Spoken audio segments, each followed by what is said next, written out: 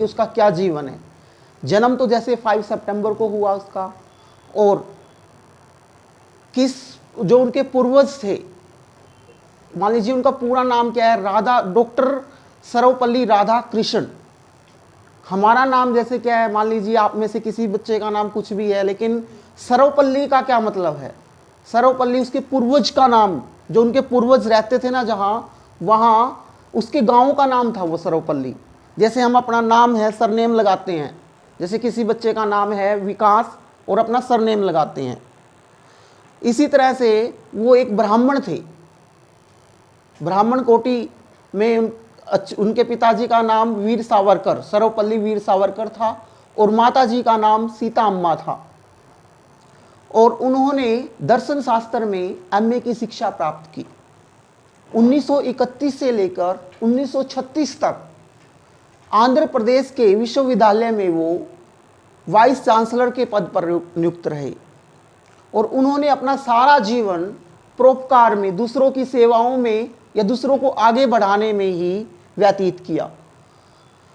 ईसाई धर्म के अनुसार उन्होंने शिक्षा प्राप्त की, लेकिन बाद में हिंदू शास्त्रों के गहन वेदों का और शास्त्रों का अध्ययन करने के बाद ईसाई का और हिंदू अध्यात्म को दोनों की तुलना करते हुए उन्होंने हिंदू धर्म के जो अध्यात्म हिंदू धर्म को आगे बढ़ाया। इसीलिए आज उनको 5 सितंबर शिक्षक दिवस के रूप में उस महान विभूति को याद किया जाता है।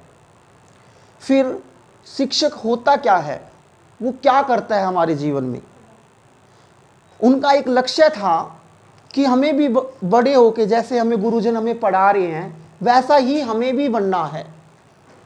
जैसे हम भी छोटे बच्चे आप लोगों की तरह जब पढ़ते थे तो अपने टीचर्स को देखते थे और मन में एक लक्ष्य जागता था, क्यों न हम भी इनके जैसा बने।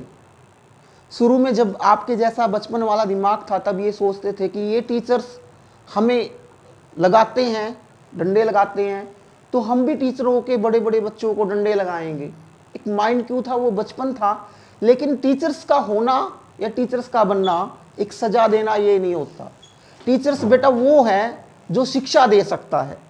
शिक्षा हम किसी व्यक्ति से भी ले सकते हैं, एक बड़े से बड़ा व्यक्ति भी हमें अच्छी शिक्षा दे जाता है, लेकिन शिक्षा देने के लिए शिक्षक को ही क्यों नियुक्त किया?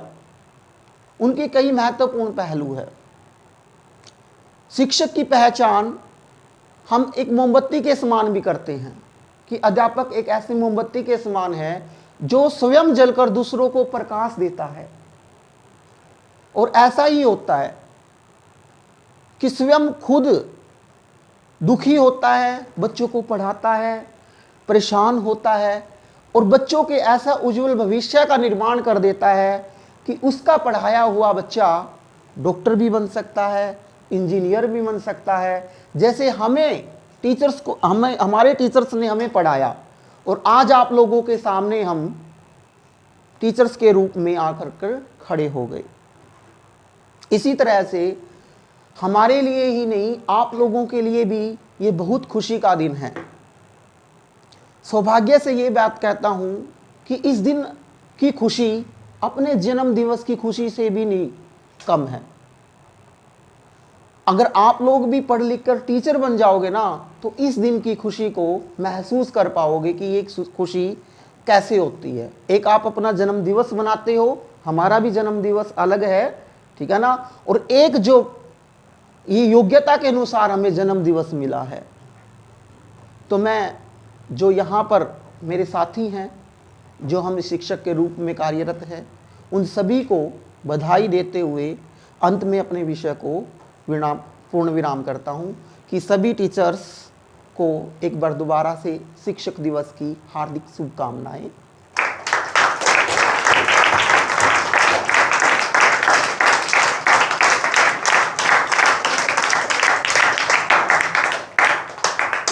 अब मैं अनिल सर से रिक्वेस्ट करता हूँ कि वो भी हमें आके कुछ ना कुछ हमारा मार्गदर्शन करें, और शिक्षक दिवस से और भी जो अवगत गतिविधियां हैं वो हमें बताएं।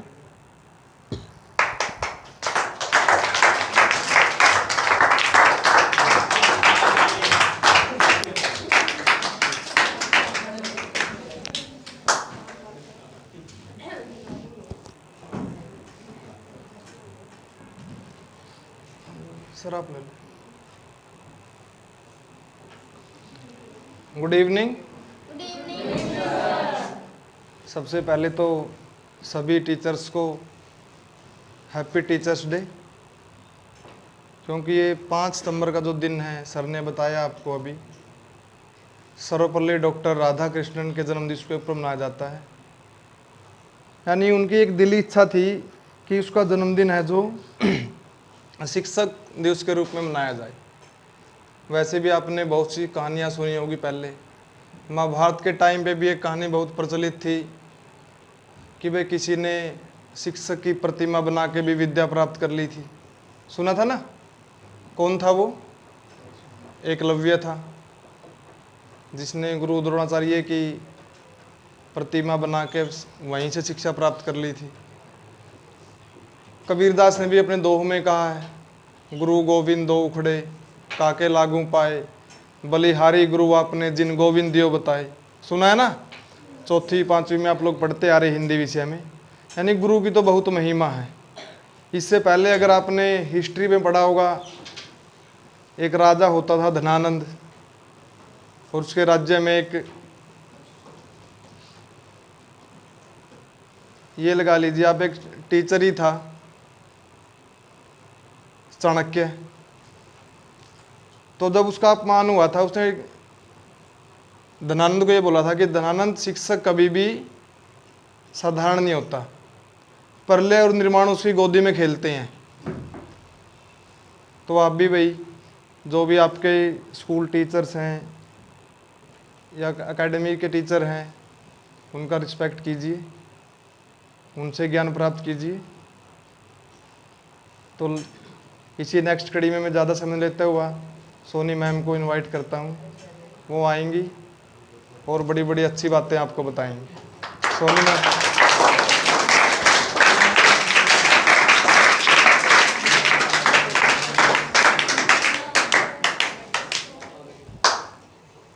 Happy Teachers Day to all.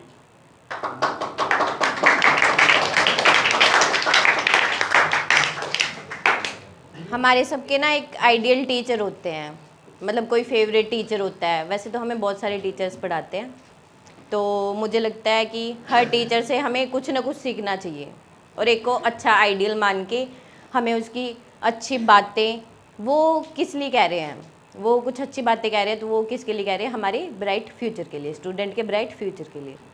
तो टीचर्स की रिस्पेक्ट करो और happy teachers day. All the best.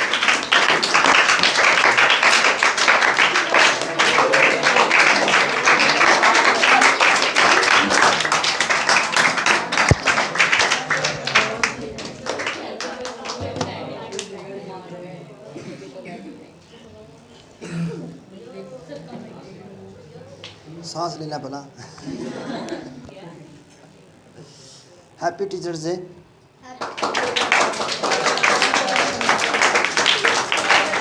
अच्छा भाई,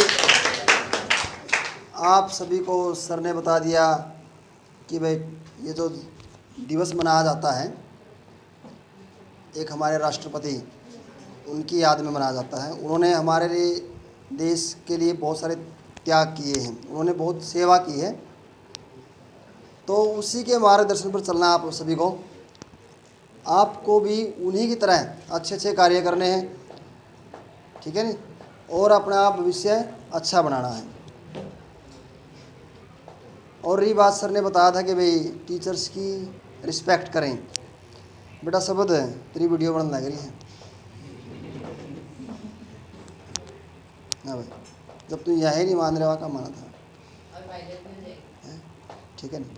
तो बेटा कहने का मतलब ये है कि हमारे टाइम में और अब के टाइम में बहुत ज़्यादा फ़र्क आ गया है।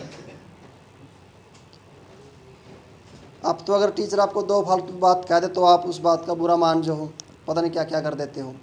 एक हमारा टाइम था, हमारे गुरु हमें आज तक भी याद है। तो बेटा एक ही बात कहूँगा मैं, टीचर्स की रिस्पेक्ट करनी शुरू कर दो। अपने आप भी से निखर जाएगा आप लोगों का, और सीखना शुरू कर दो। कोई भी टीचर्स बुरा नहीं होता, सारे अच्छे हो हैं। जो आपको चाक लेकर पढ़ाना आएगा बहुत अच्छे हो हैं, बस आप उनसे सीखने की क्षमता रखें। वो तो आप में कैपेबिलिटी है, आप कितना सीख सकते हैं। तो ज़्यादा समय ना लेते हुए आपकी वह पेस्ट्री ठंडी होने लग रही भाई, वह खा लियो जल्दी। तो एक बार और फिर हैप्पी टीचर्स डे।